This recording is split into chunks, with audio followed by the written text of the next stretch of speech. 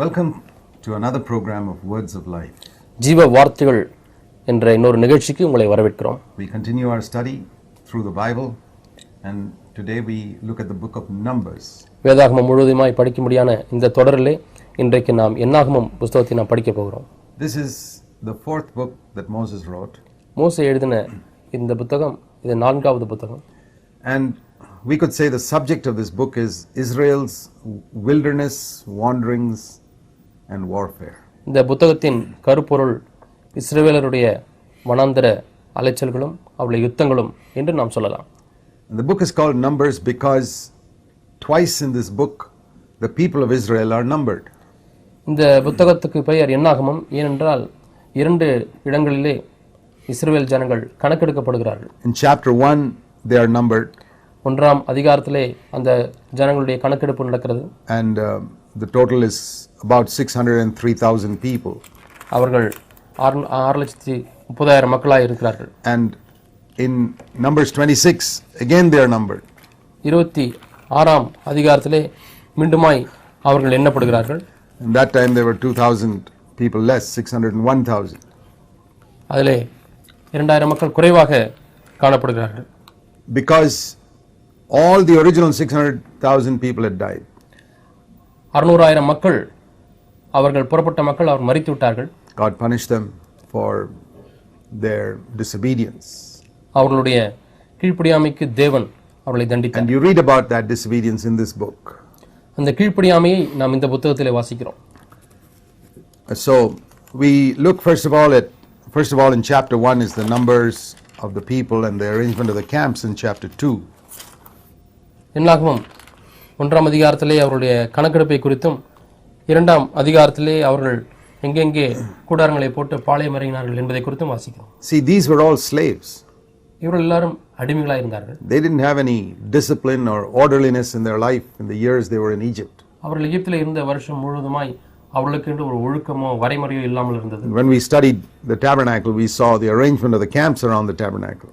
ஆசரிப்பு கூடாரத்தை குறித்து நாம் படிக்கும் பொழுது அந்த கூடாரத்தை சுற்றி எப்படி அவர்கள் தங்களுக்கு என்று கூடாரம் போட வேண்டும், பாளையம் இருக்க வேண்டும் என்று பார்த்தோம். And God wanted to teach this group of people discipline and orderliness in their life. இந்த சிறு கூட்ட மக்களுக்கு தேவன் ஒழுக்கத்தையும் வரைமுறையையும் கற்றுக் கொடுக்க விரும்பினார். Discipline and orderliness are a very important part of our Christian life. ஒரு வரைமுறையும் ஒழுக்கமும் நம்முடைய கிறிஸ்தவ வாழ்க்கைக்கு மிகவும் முக்கியம். Many people are indisciplined and cause a lot of problem for other people. அநேக ஜனங்கள் ஒழுக்கமற்றவர்களாய் மற்ற அநேகருக்கு எவ்வளவு தொந்தரவு செய்கிறார்கள். They are not orderly in their life. தங்களுடைய வாழ்க்கையிலே ஒரு ஒழுக்கம் இல்லை. That's okay when we are children of Adam, we are like that.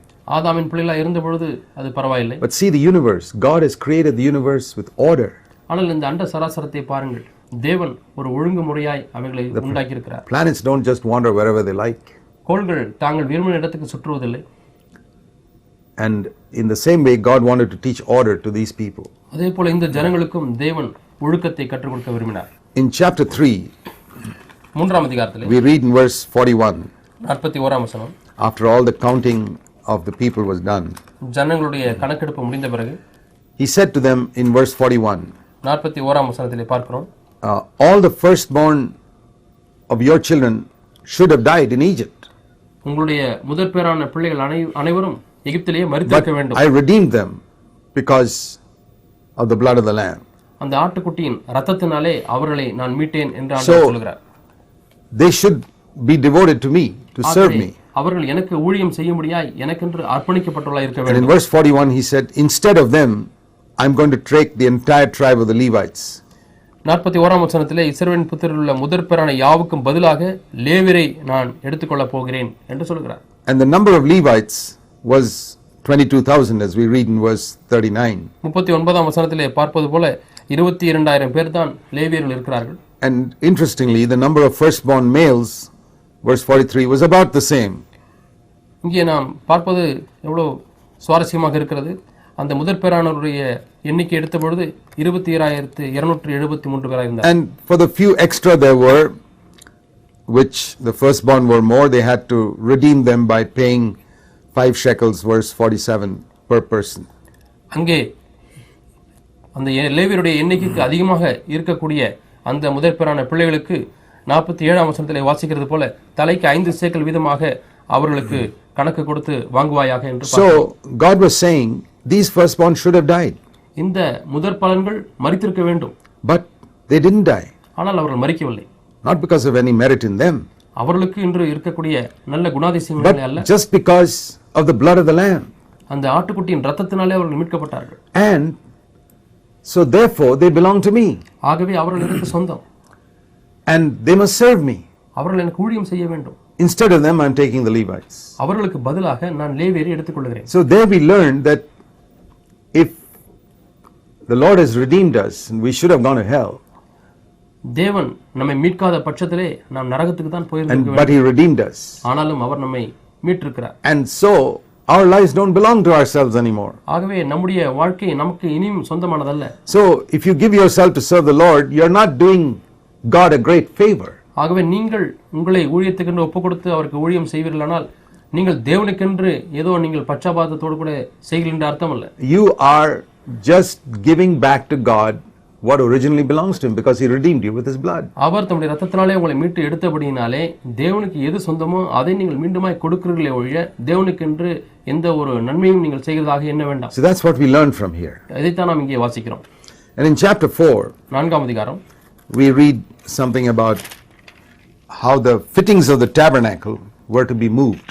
அந்த ஆசரிப்பு கூடாரம் எப்படி ஒரு இடத்திலிருந்து இன்னொரு இடத்திற்கு கொண்டு செல்ல வேண்டும் என்று அங்கே சொல்லப்பட்டது. And there were 3 sons of Levi, and those were the descendants of those 3 sons were the only ones who were supposed to touch the tabernacle. லேவியனுடைய 3 புத்திரர்கள் அவர்கள் மாத்திரமே அந்த ஆசரிப்பு கூடாரத்தை தொட முடியும்.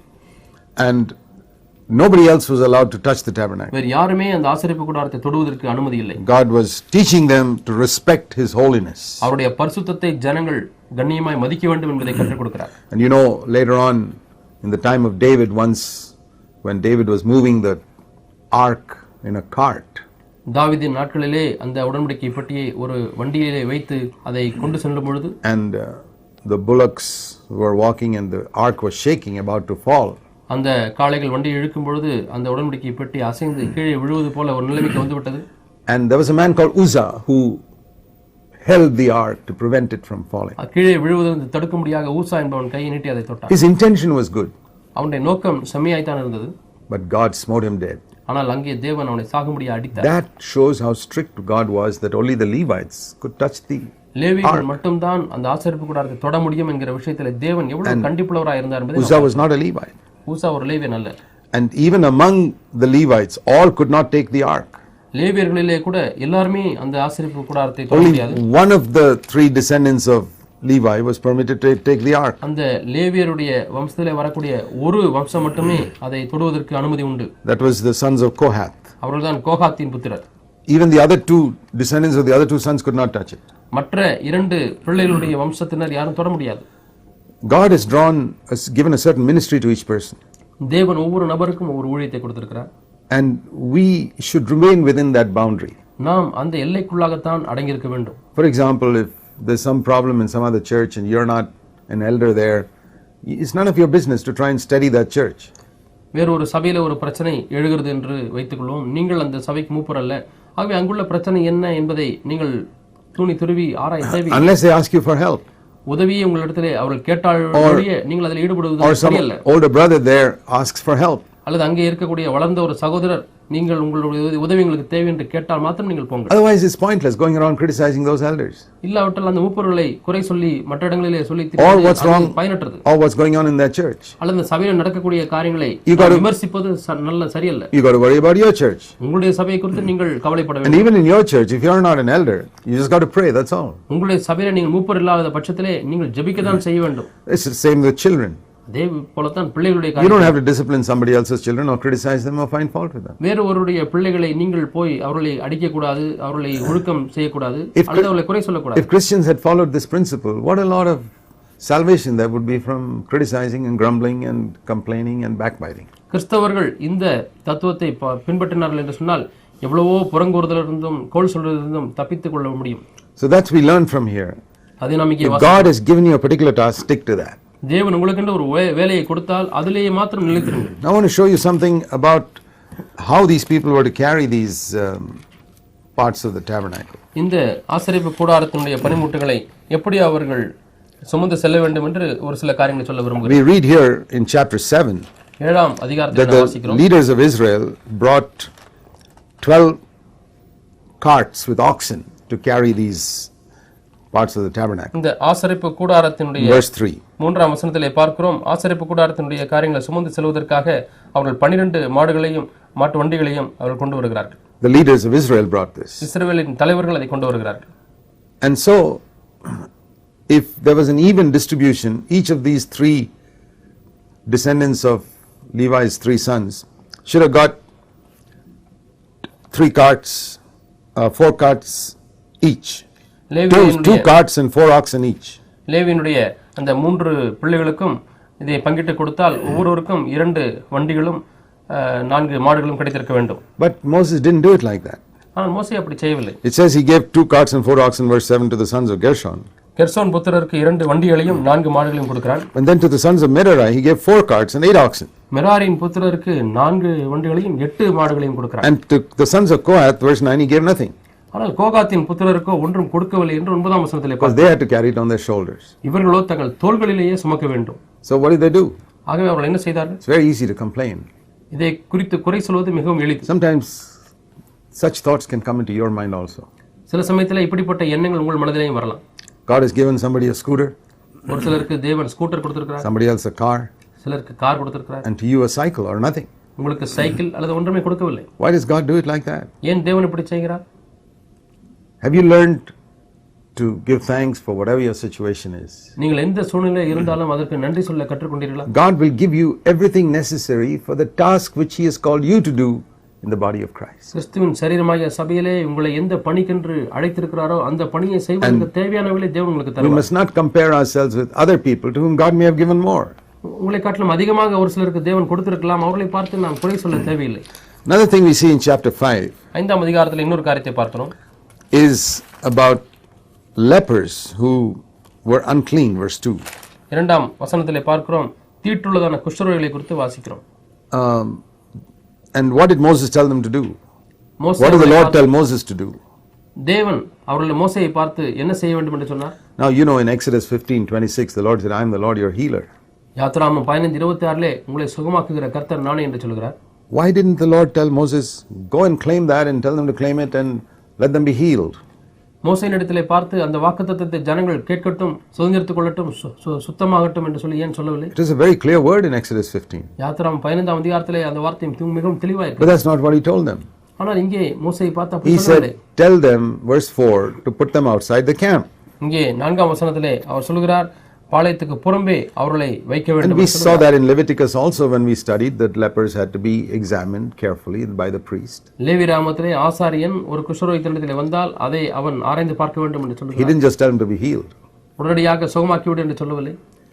So this is an important thing for us to remember. ஆகவே நாம் ஞாபகத்தில் வைக்கக்கூடிய இது முக்கியமான காரியம் ஒன்று உண்டு. There was such a clear promise, I am the Lord your healer and I won't put any of these diseases upon you.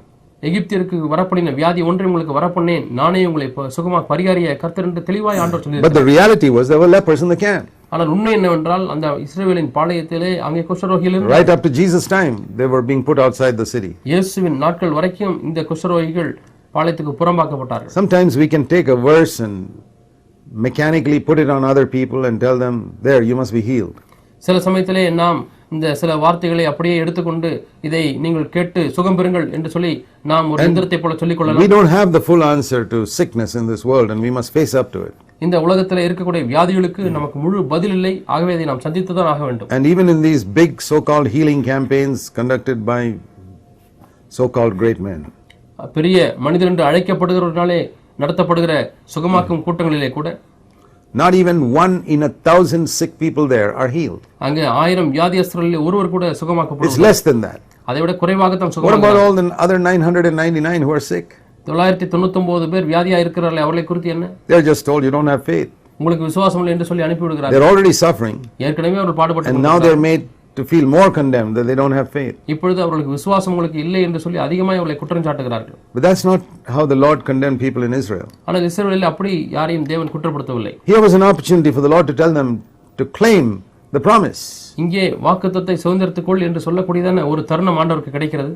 But the Lord's not foolish like a lot of Christians are. ஆனா இன்றைக்கு இருக்கிற अनेक கிறிஸ்தவர்களை போல ஆண்டவர் புத்தினராய் The Lord didn't put burdens on them. அவர்கள் மீது ஒரு பாரத்தையும் வைக்கவில்லை. We live in a world which is under a curse.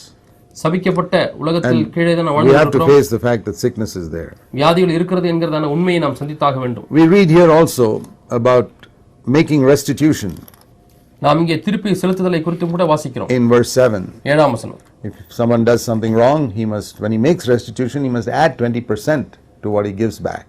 ஒருவன் தான் பாவம் செய்து தான் ஏதாவது குற்றப்பட்டால் அவன் அபராதத்தோட கூட 20% கூட்டி அவன் திரும்ப செலுத்த கடவன் என்று பார்க்கிறோம். If you have stolen money or not have got money that doesn't belong to you, பணத்தை திருடி விட்டாலோ அல்லது தனக்கு இல்லாத பணத்தை அவன் எடுத்துக்கொண்டாலோ, when you return with 20% more. அந்த பணத்தை திருப்பி செலுத்தும் பொழுது 20% கூட்டி செலுத்த வேண்டும். To atone for your sin.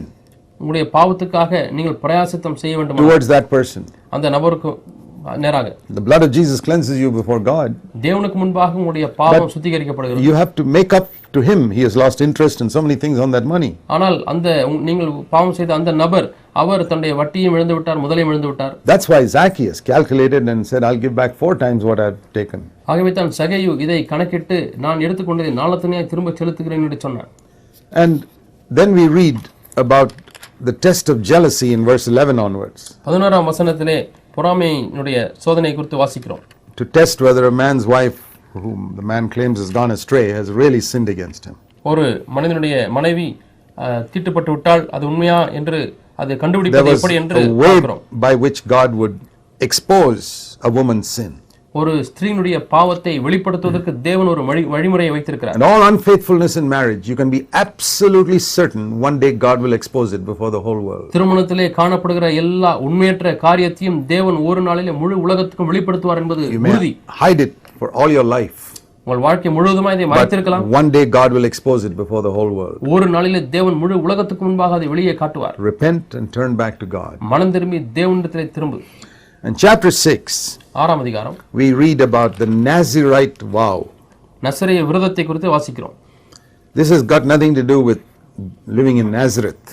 நாசரேத்திலே வாழ்ந்ததற்கும் இதற்கும் சம்பந்தம் இல்லை. This is a different word.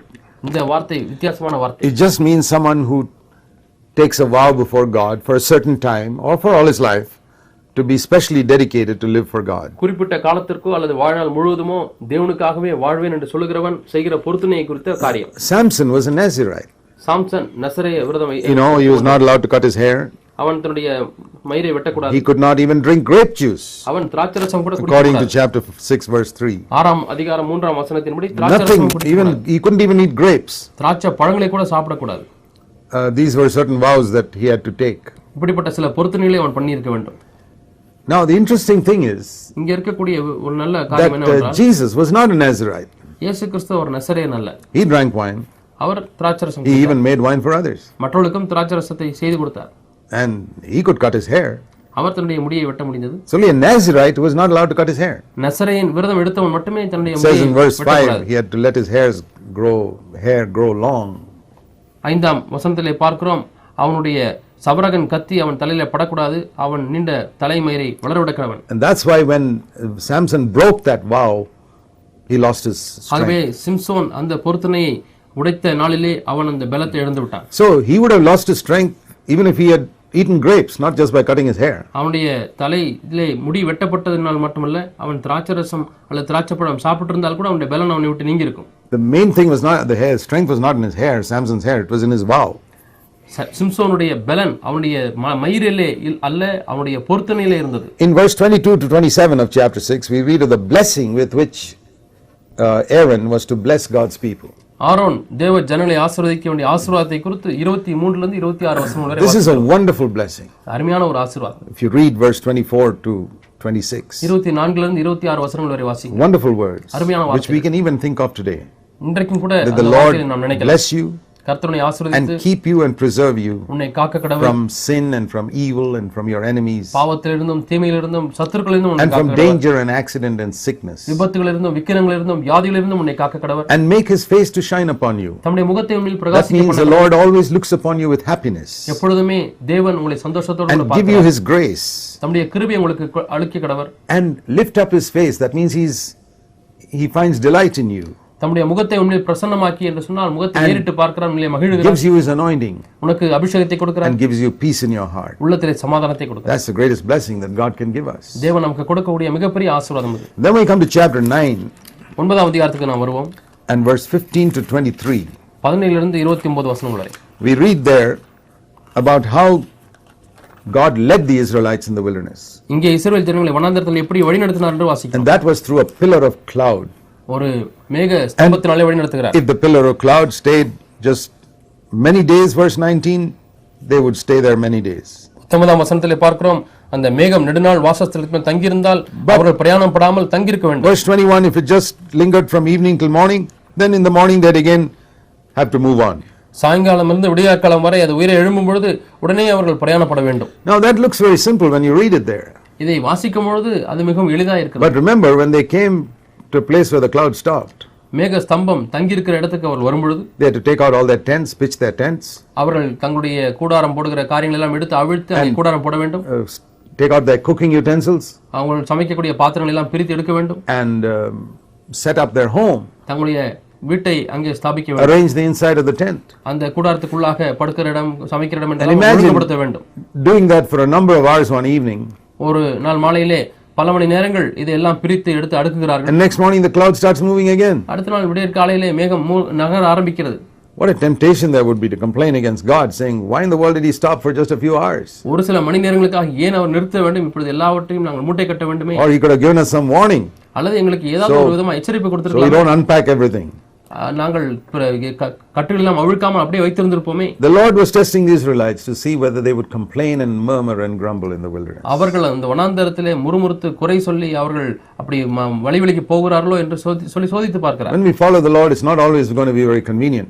நாம் தேவனை பின்பற்றும் பொழுது எப்பொழுதுமே அது சொகுசாக இருக்காது. But God has various means to deliver us from the spirit of complaining. ஆனாலும் குறை சொல்லுகிற ஆவியிலிருந்து நம்மை விடுதலை ஆக்குவதற்கு தேவன் பல வழிகளை வைத்திருக்கிறார். See, that thing was that the pillar of cloud was a protection for them. அந்த மேக ஸ்தம்பம் அவர்களுக்கு ஒரு பாதுகாப்பாக இருந்தது. Because at night it was like a fire that protected them from wild animals and so many things. இரவிலே அவர்களை காட்டு விலங்குகளிலிருந்து பாதுகாக்கும்படியாக அது அக்னியாக இருந்தது. And gave them light. There was no other light in the desert. அந்த வனாந்தரத்தில் அவர்களுக்கு வெளிச்சம் இல்லை, ஆகவே இந்த அக்னி ஸ்தம்பம் அவர்களுக்கு வெளிச்சமாக இருந்தது. In chapter 10, 10ஆம் அதிகாரம், we read in verse 9 that when they went to war they had to blow their trumpets. அவர்கள் யுத்தத்துக்கு போகும்பொழுது அவர்கள் பூரிகளை பெருந்துணியாய் முழக்க கடவர்கள். And that was just to remind them of one thing. ஒரு காரியத்தை அவர்களுக்கு ஞாபகமூட்டும்படியாய் இது நடந்தது. It says here that was to remind them that it is the Lord who will deliver you from these enemies. தேவன் தான் தம்முடைய சத்துருக்களிலிருந்து விடுதலையாக்க போகிறார் என்பதற்கு அடையாளமாக எக்காளம் ஊதப்படுகிறது. When the enemy came, சத்துரு வரும்பொழுது they would blow the trumpet. அங்க எக்காளம் ஊதுவார்கள். And then everybody would be encouraged. Oh, we don't have to depend on ourselves now. God will help us. இப்பொழுது நாம் நம்மாகவே நம்மிலே நம்பிக்கை வைக்க தேவையில்லை, தேவன் நமக்கு உதவி செய்வார் என்று சொல்லி உற்சாகப்படுத்தப்பட்டார். We need to hear the voice of the trumpet regularly. நாமும் நம்முடைய வாழ்க்கையிலே எக்காளத்தின் சத்தத்தை whenever we are in trouble, எப்பொழுதெல்லாம் நாம் தொந்தரவில் இருக்கிறோம், remember this. இதை ஞாபகத்தில் listen to the trumpet. எக்காள சத்தத்துக்கு செவி கொடுங்க. God is the one who will help you to get free from that. இதிலிருந்து விடுதலை ஆவதற்கு தேவன் தான் உங்களுக்கு உதவி செய்ய முடியும் என்பதை நீங்கள் அறிந்து கொள்ளுங்கள். Verse 33 is a beautiful verse. 33ஆம் வசனம் அருமையான ஒரு வசனம். You know, earlier on Moses said to verse 29 to Hobab the son of Reuel, Moses' father-in-law, can you please come with us, and because we don't know where to camp, verse 31, and if you go with us you can help us. 29ஆம் வசனத்திலே பார்க்கிறோம், 10ஆம் அதிகாரத்திலே மோசே தன் மாமனாகிய Raguel என்னும் மீதியானுடைய குமாரனாகிய யோபாவை நோக்கி, உங்களுக்கு தருவேன் என்று கர்த்தர் சொன்ன ஸ்தலத்துக்கு நாங்கள் பிரயாணம் பண்ண போகிறோம், எங்களோடு கூட நீங்களும் வாரும், கர்த்தர் இஸ்ரவேலுக்கு நல்ல வாக்குத்தத்தம் பண்ணியிருக்கிறார். அப்பொழுது மோசே, எங்களை விட்டு போக வேண்டாம், வனாந்தரத்திலே நாங்கள் பாளையம் இறங்கும் இடங்களை நீ அறிந்திருக்கிறபடினாலே எங்களுக்கு கண்களைப் போல இருப்பாய் என்று. You will be as eyes for us. நீர் எங்களுக்கு கண்களைப் போல இருப்பாய் என்று சொல்கிறார். But that was not God's will.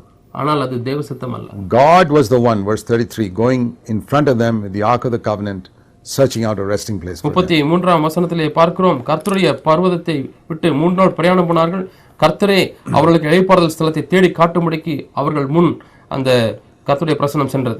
Moses was going to depend on an experienced man in the wilderness and not on God.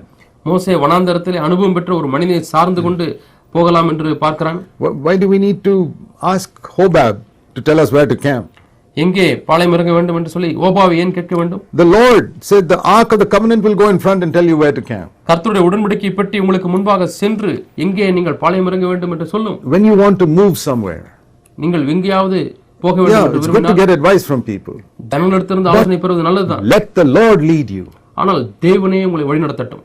Like it says here, the Ark of the Covenant went in front. இங்கே கர்த்தருடைய உடன்படிக்கை பெட்டி அவர்களுக்கு முன்பாக சென்றது என்று That's சொல்லப்பட்டது a போல beautiful verse for people who are looking for a house to rent or to buy. எந்த வீட்டை வாங்க வேண்டும், எந்த வீட்டிலே வாடகைக்கு போக வேண்டும் என்று சொல்லுகிற மக்களுக்கு இது நல்ல ஒரு வழிகாட்டி. The Lord will go ahead of you and find a resting place for you. உங்களுக்கு முன்பாக தேவன் போய் இளைப்பாறுகிற ஒரு ஸ்தலத்தை உங்களுக்கு என்று காண்பிப்பார். Claim that promise. இந்த வாக்குத்தத்தத்தை சுதந்திரத்துக் கொள்ளுங்கள். God bless you. தேவன் உங்களை ஆசீர்வதிப்பார். Welcome once again.